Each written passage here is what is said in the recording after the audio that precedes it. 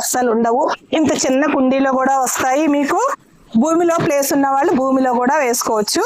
ఈ కుండీ మాత్రమే మీకు సరిపోతుంది. ఇంకా బాగా గుబురు వచ్చినప్పుడు చేంజ్ చేసుకుంటే సరిపోతుంది. ప్లేస్ అనేది ఎక్కువ ఆక్యుపై చేయొచ్చు. చూడండి మొక్కలు కొంచెం ప్లేస్ లో కూడా ఎట్లా వస్తున్నాయండి ఫ్లవర్స్. ఈ చెట్టు లక్షణమే ఏంటండి, చెట్టు నిండా పూలు పూయడమే దీని లక్షణము.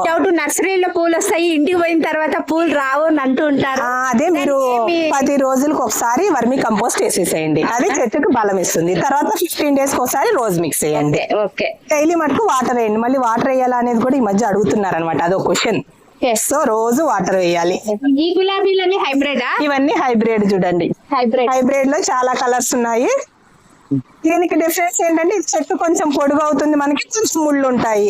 చిట్టి గులాబీలు, చిట్టి గులాబీ అది బటన్ రోజ్. చూడండి మేడం, బటన్ రోజ్ మేడం. ఇది కూడా చాలా గుత్తులు పోస్తాయి. ఇవి ఎక్కువ స్టాక్ లేదు, చాలా బాగా వస్తాయి. కలర్స్ ఎక్కువ